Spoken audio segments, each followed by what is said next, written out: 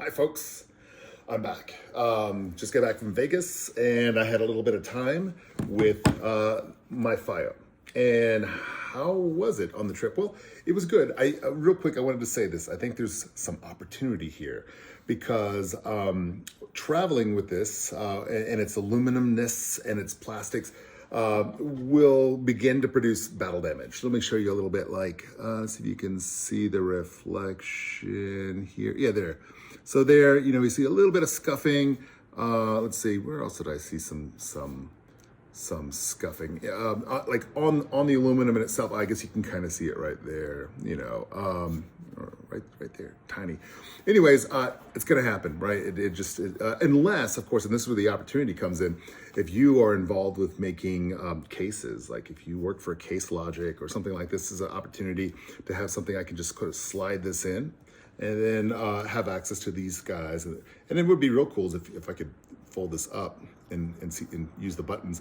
And even better, if I could fold this up and have a little LED light shining down, because these things do not light up. So if you're on a plane at night, you do not know by visually what button does what, right? As for the lights, it's other lights. The display, very clear. It does the job. You can change, like right now it's reading the disc. If I double click up here, it's SPDIF out, Bluetooth out, I think preamp out maybe, I don't know, USB out. So by double clicking the power button is how you select the different output modes. And that's one thing that's a little challenging about modern technology in sort of an old school form factor, is that they try to stay true to a lot of the things that you would see on an old CD player, but there's a lot more functionality, and so the buttons have to be multi-purpose. It's not immediately obvious what does what. You have to play around with it. And then, and a lot of what I'm saying right now is just, it's feedback for FiiO, because I think it's a great product, and I think it could even be better. One thing to note also, and this is another reason why it would be cool to have, this is a little optical out, is that there's something here, D mode, which I found is desktop mode. If you flip this on, it basically becomes almost like a computer external drive. Well, I accidentally flipped that. And when you do that, everything shuts off. And if I hit power or play, it doesn't respond anymore. It wants to respond to the computer. And this scared me for about a half hour while I was on my flight. I was like, wow, it's broken already. But it was just that. It was just, I had to flip that little switch. The other thing that I believe to be an issue is I think that the FiiO can suffer from Bluetooth interference, Bluetooth interference, that's the word I was looking for. Because I was on a flight to Vegas on a jet that had Bluetooth audio in all the headrests. And about every, I don't know, let's say 6 minutes or so, I would start getting that Bluetooth delay where the Bluetooth signal is trying to reach my headphones, and it would sort of stretch it, and then it would try to send it all through at once, and it was messing up my listening experience. So I think that the FiiO Bluetooth antenna is susceptible a little bit to Bluetooth interference. Now, when I try this at home, I'm not really hearing this problem yet, and I haven't tried connecting it to my car just yet, so I'll give you an update on how it works with the car. Let me answer some questions I got on YouTube comments. So let's see here. I had, does it use the internal battery, and how long roughly do you think it might last? And it does. It has, I think, a lithium-ion battery in here that's rechargeable via USB-C, which is my favorite connector type, because we need a universal connector type, and this is, to me, the best option right now. And as I've read, it says 20 hours. I didn't use it very much. I only used it maybe about 4 hours in total, and I'm not seeing any I'm not seeing any indicator that it is. Oops, let me turn the D mode off. That it's going to run out of battery anytime soon. Now, one thing you can do is if you click this one time, battery is still 5. right? 5 is maximum. So like it hasn't really taken a hit battery wise at all. So I feel pretty confident that the suggested 20-hour battery life per charge is probably accurate.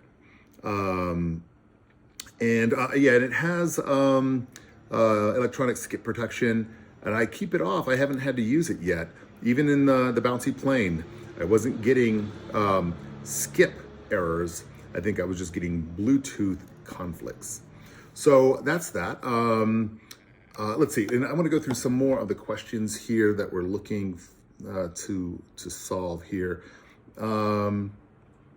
Yeah, Lloyd187 says, pretty decent amount of time. Interested to see how, if it actually does last that long. And I like the various ways to charge it. Yeah, indeed. So let's see. Unsere Heimat says, mine will arrive this week. Awesome. Congratulations. Let's see. Peter McGarry, music and flying. Thank you. I'm going to buy one. Cool. I hope you like it. Let's see here. Cesar Espinoza in Spain says, congrats. I got mine yesterday. 2 questions. One, how did I get a black one when I ordered mine? Only silver was available. Let me answer that one first. As I understood, only the black ones were available initially. I'm not sure. I ordered this directly from their AliExpress, like the official FiiO AliExpress account. And at the time, it said the only one I could order was black. So I wouldn't be surprised, Cesar, as when yours arrives, if it's also black. Have I figured out the Bluetooth yet? It took me an hour to figure out, so maybe you got a silver one. Interesting. It took me an hour to figure out that the power button, short press several times, gets you Bluetooth mode. And yeah, again, this is the feedback for FiiO, is that is like, I think it would be cool to have maybe not even these buttons, maybe a display that lights up so that we can see it in the dark, use it in the dark, have a wider range of options that are specific, so we could say Bluetooth pairing and that sort of thing, instead of having to use trickery and multi-selecting buttons to get things to happen. Would be my recommendation. Be interested to hear what the rest of you think maybe would be a good solution for that. Let's see here. Lloyd187 also says, it looks like it would pair nicely with their desktop amp for good listening experience at home while still being capable of going outside. Despite it being big, as others have said, I quite like the design and the fact that it has Bluetooth. The only downside I can think of is not having a remote. Yeah, it does not have a remote. I have not yet needed a remote. I kept this on my little desktop, or in the on the plane. I kept it on the little, and also I kept it in the pocket in front of me. It worked great both ways. I think its ability to project Bluetooth at distance is not bad, and it may be partially also affected by the actual headphones, like how good are they at actually receiving the signal. But like I can do my living room, kitchen combined area with headphones on with no problem. And I'm thinking about connecting it to my stereo so I can listen to music in my living room, some CDs and stuff like this. Let's see, Sync says, I get this yesterday. I think it doesn't need an amp. Using 4.4 balanced output with FT3 and the sound is amazing. Cons, there is no stop button, and that's true. There is no stop button. So it's got power on, and it's got play and pause. There is no stop. So the only way to really stop it is to power it off or to open it while it's spinning. And I'll go ahead and illustrate that because I did also see some questions about inserting and removing discs, like how challenging was it? So right now it's playing. And so again, like I can pause it, play, but to stop it, again, power off, or you open it while it's playing, like that. And then, it has the standard sort of like tension spring with little ball bearings that hold it in place so it doesn't fall out when it's upside down. And if you never used a portable CD player before, the best way to do is use these little divots. You put your thumb in there, finger on the other side. And then what I do is I'll pull while I'm sort of pushing down in the middle. and then a disc comes out. When you're putting the disc in, I just lay it on the little spindle and then snap it into place. That's it. Cool. Let's go through some more questions here. Let's see. And that's exactly what Chani Bach 7702 says. Hello, what do you think about the mechanism that holds the CD? Is it hard to put it in? And no, it's not really. I will say in my lifetime, I have had situations where either a case or the CD player, or maybe there was a sort of a hairline fracture in the disc itself, that in the process of pulling it out, I actually started to split the disc. Like it actually started cracking. That's only happened once, so don't get scared. But no, I'm not having a problem with it. Cool. PR Raps says, cool. If this is gapless and sounds half decent, I'm in. I don't think it's gapless. It plays the song with the standard spacing between them. I didn't see an option for a gapless play. But something like that, again, could be an improvement made by an on-screen display. And maybe even better would be an application on your mobile device that could control some of the more, smart features on the device itself. And that way it would be easier to update. I don't know, just some ideas. Let's see, were there other questions? Let's see here. Okay. Kevin Ilworth, no one. Sorry if I'm butchering the names, says, can't wait for your final thoughts. And I do have some more thoughts to share on this. And then amazing device, been waiting since the announcement and ordered mine yesterday. Also wanted to ask, how long does battery last? Again, about 20 hours. And those are most of the YouTube comments I got. Let me say this, that I've been listening to these with these. And these are my Bose QC35s. In the world of Bluetooth wireless noise canceling headphones, these are sort of the Mike Tysons of the headphone world. They sound amazing.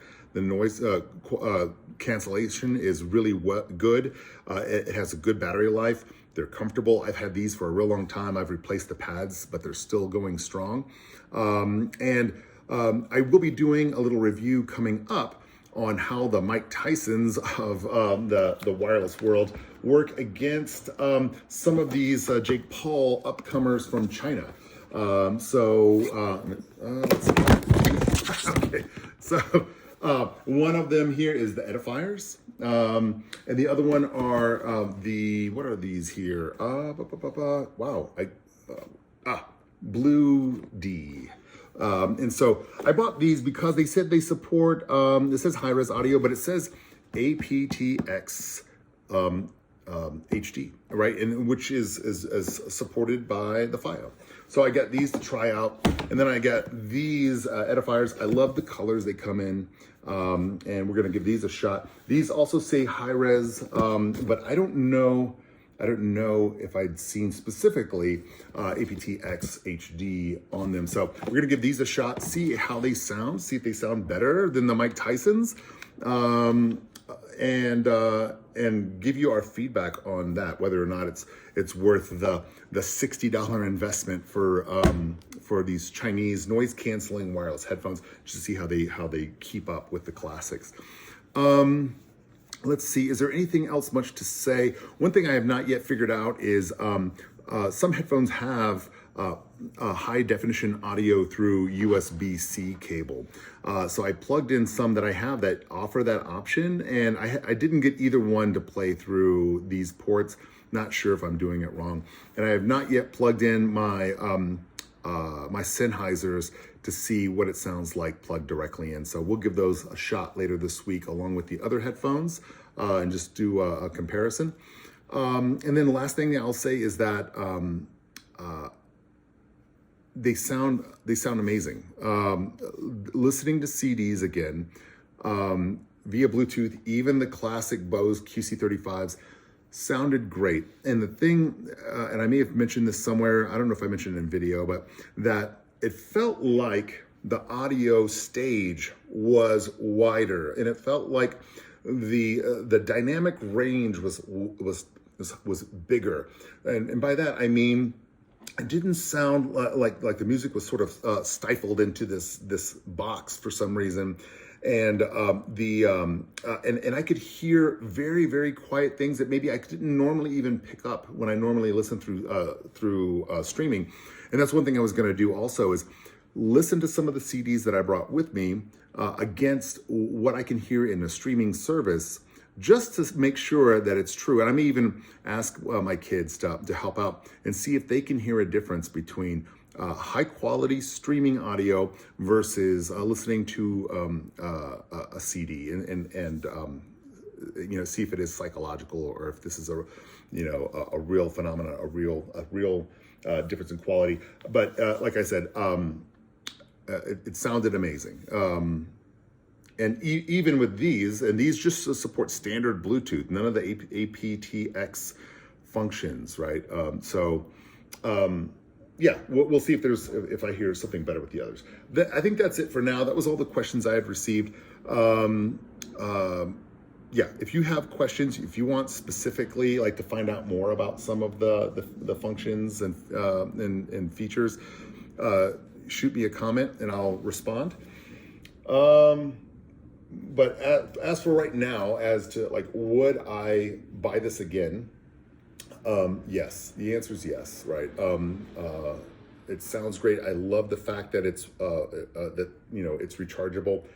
If I can get it to pair with my car, I did hear that someone said they had a hard time getting it to pair, or they couldn't get it to pair with their car. It has very basic pairing, so it doesn't have enter a security code or whatever. You just put this in pairing mode, you put your headphones in pairing mode, and then it'll say connect to FiiO, and that's it. But yeah, I would definitely, at $150, I would definitely buy it again. Would I like to see improvements? I think there is room for improvements, and if they meet those improvements, I may just upgrade one day, right? Buy another one. So that's it for now. Thanks for tuning in, everyone, and I will give you even more details here later in the week. Cheers.